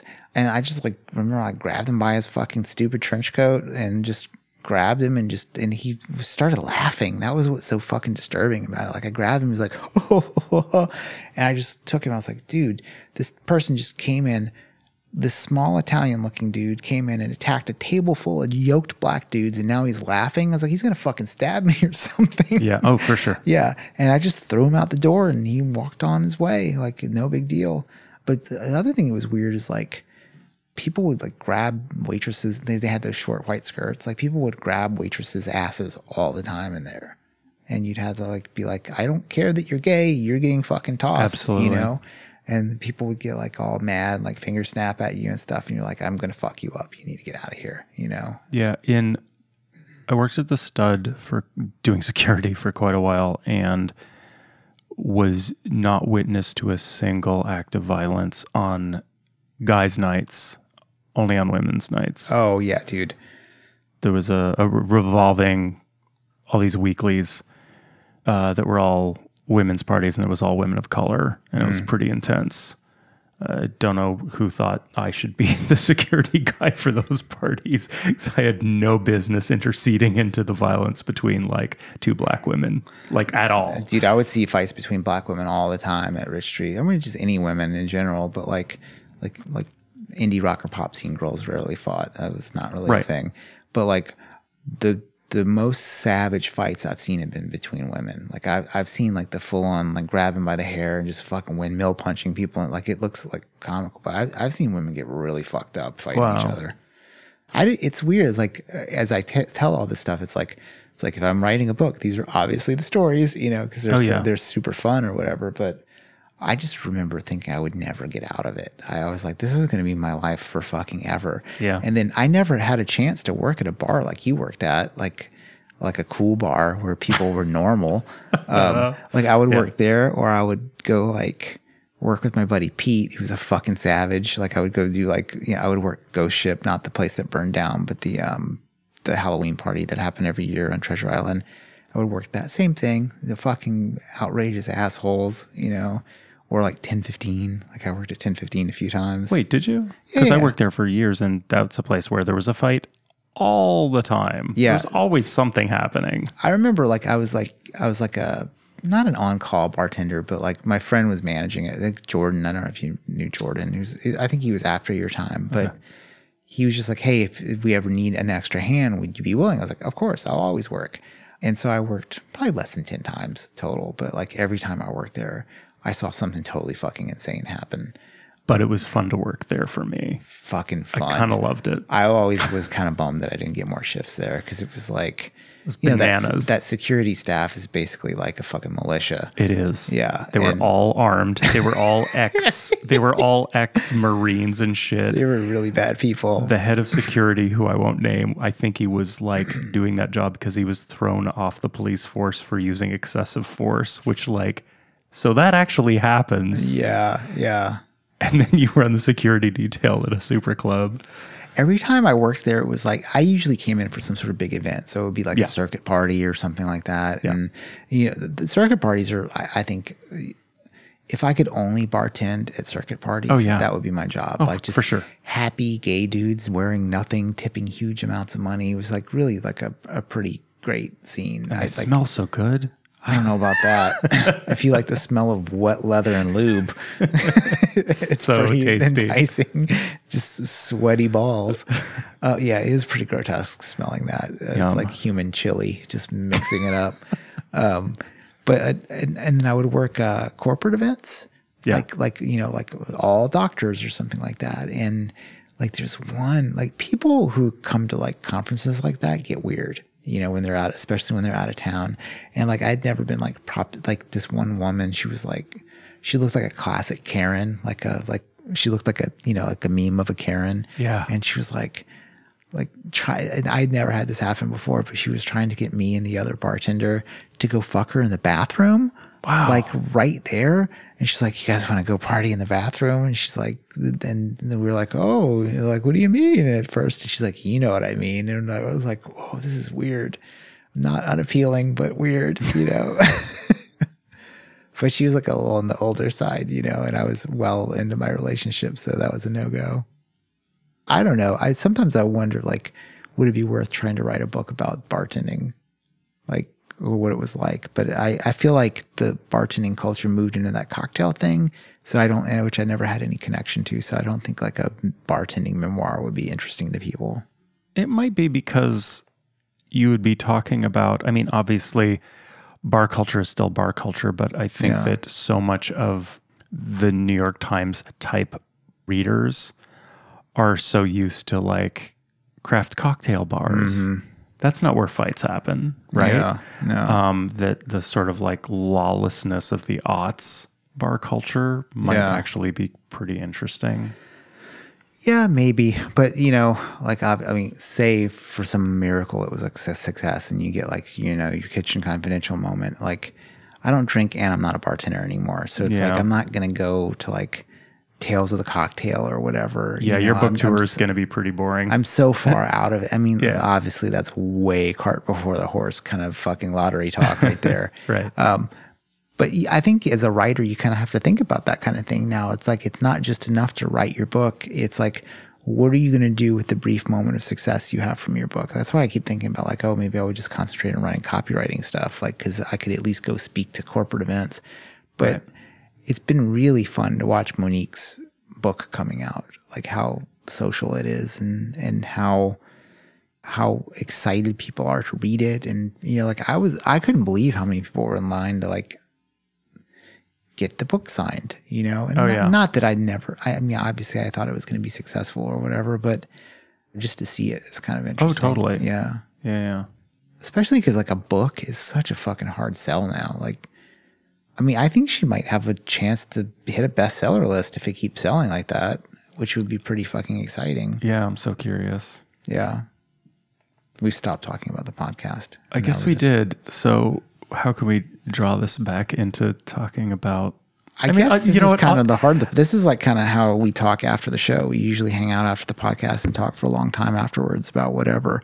And this is usually what it is. Let's just include this in the episode. Yeah, though. We may as well. Like episode 100 is us just... Okay, this is us talking literally about nothing. Yeah. Relating to anything. Yeah, definitely not. It's interesting we never talk about horror off... You know what I mean? Like we don't talk about horror.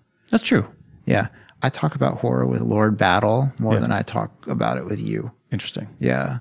But a lot of like horror conversations comes down to like, have you seen this? And then my answer is always, no, I haven't. And now I feel terrible because, you know. If you want to talk about horror, talk to me. I've probably seen it. Yeah, I definitely have not seen it. If you want to know something about a really obscure toxic subculture on the internet, I'm your guy. That's probably true. Yeah. I see myself as sort of an anthropologist. Dark arts. Yeah, I'm into the dark arts. What do you want to do with the show going forward? What do you think? Just like keep doing this because it's fun? Yeah. Yeah, I kind of feel the same way. Yeah, it's great. Yeah. Gives me an excuse to watch movies thoroughly. Like it's still doing what it did in the first place, which is for me, it gets me to do a thing I like, which is watch horror movies. Do it with more seriousness, which is great. Yeah, it just kind of gets me to kind of focus and think about it a little harder. And then get to talk about it, which is what I love about most things that I'm into is I love getting to talk about the shit I like. Yeah. You know? And you get to deal with a crazy person. Okay. Episode 100. What have we learned? Yeah. What have we learned? It's good to have a friend, man. Yeah. Yeah. It's kind of it. Like, it's weird. It's like, I would have early on never thought about like the thing that would be so fun is like our friendship developing. Very publicly. Yeah. Very publicly. It's weird. I find it so weird. Sort of like that Paris Hilton TV show. Yes. It's exactly like that. Lionel Richie's daughter. Nicole Richie. Whatever. Is that her name? I don't know. Yeah. The weirdest thing for me is when I go to things with you and Monique, you guys have friends that have listened to me. Yeah. And it's like I know a little bit about them, but I often get mixed up with people's names and stuff because I know people by their Instagram names. So you'll introduce me to somebody. I'm like, oh, fuck, can't remember their names. And my memory is terrible anyway. But yeah, like I'll be talking to somebody and it's like I think just because you guys they're close friends, like I feel like there's like a fast connection between me and them sometimes, but I feel like a little bit like maybe I'm a little too defensive sometimes because I'm like sort of worried about like, have I said something that this person is mad about? Like, you know, I'm sure you have. Yeah. Like that's it. So I'll be talking to somebody. I'm like, man, I was like, this person's being nice to me because Monique and Mark are here, but like, do they really just want to let me have it over some shit? You know? Right. I doubt it. Probably not. I don't know. Maybe. Oh, you know, I never sort of addressed the like where I am. Yeah, now sorry. I just made it all about me as per usual. No. Yeah, I feel like okay, how long have we been doing this? 3 or 4 years? 4 years, I think, yeah. Yeah. I don't know. I mean, the biggest thing is I'm about to do a career change. Yeah, like a very major, radical career change that probably won't take effect for another 6 years. I'm very jealous of like the path that you're on is really good. Thanks, yeah. I'm pretty excited about it, though the actual path is pretty daunting. Yeah, that's what makes it good. Yeah, you know, it's funny. It didn't occur to me what a big deal this is until I started talking to people about it, really. it kind of feels like, yeah, I'm just going to do this thing. But when I talk to people about it and they're like, oh, big change. I'm like, yeah, I guess it really is kind of hard at this age to make a change. But I'm also, I don't know, whatever. It's just work. I'm going to have a lot of work. Your last bar shift will feel very weird. Yeah, but I don't know when that'll be. Right, because you might quit before you have to. I might have to stop bartending immediately so I can make time for school, or I'll still be bartending in 10 years just to sort of like make ends meet, and because I like it, and it might be just fun to keep one shift on. I mean, I know a lot of people who are like that. They've had one shift a week for the last 10 years. Yeah. Because they just like to keep their toe in the That was like my last year bartending. I had one shift, and it was because like I needed that $300 really bad. Yeah. It wasn't like I was keeping it for old time's sake. It was just like I needed it. Yep. It's interesting. I wonder how therapy will even be when you're done. Like if we'll be all online, or if people want to go talk to somebody. I bet people will want to talk to somebody in person. I bet that'll be a thing. Yeah. Okay. So I guess I haven't said on this. I don't think I've said it on the podcast. Yeah, I don't think you said what you were doing. Yeah. So I'm going back to school to become a therapist. That's what's happening. And I definitely have preconceived notions about what that's going to look like down the road. But every therapist that I've talked to, I've talked to a lot of people in the field in the last many months as I was thinking about this path. And almost to a person, every one of them has said that the thing that they were intending on doing when they were done school was not what they ended up doing after school. They all sort of like had an idea, and it got changed by school or practicum, or when they sort of started really sinking into it as a career, they ended up reorienting. One thing I'm pretty confident in is that online therapy is not interesting to me. I like this. Yeah. I like at a bar, like this, like having coffee with friends. I like sitting across from people and talking. Zoom can suck it, Zoom is a substitute for IRL interaction for me. That's what I deeply, deeply privilege that. I was surprised at how much I feel the same, because I was kind of like loving just being at home doing work. And then, when I went to LA, which I've talked about a fucking million times already, I went with people I'd never met in person. Yeah. Like coworkers that I do creative work with. And it was like, I felt like even in the last week or two, like just drafting off of that time together, like I felt like a better connection with those people. And it's more important than I hoped it would be.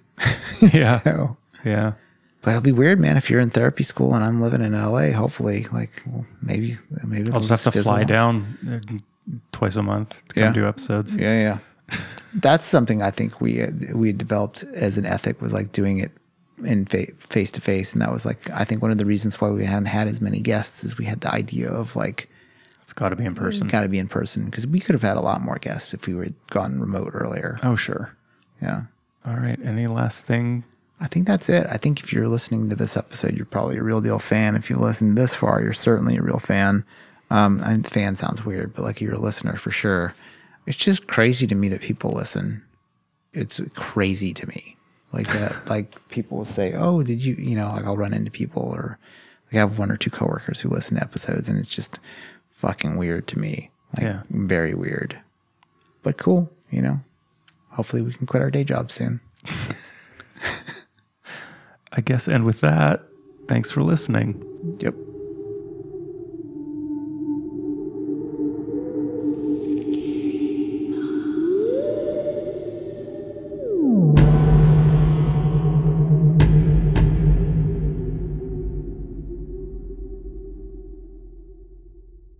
Because what? What was I thinking?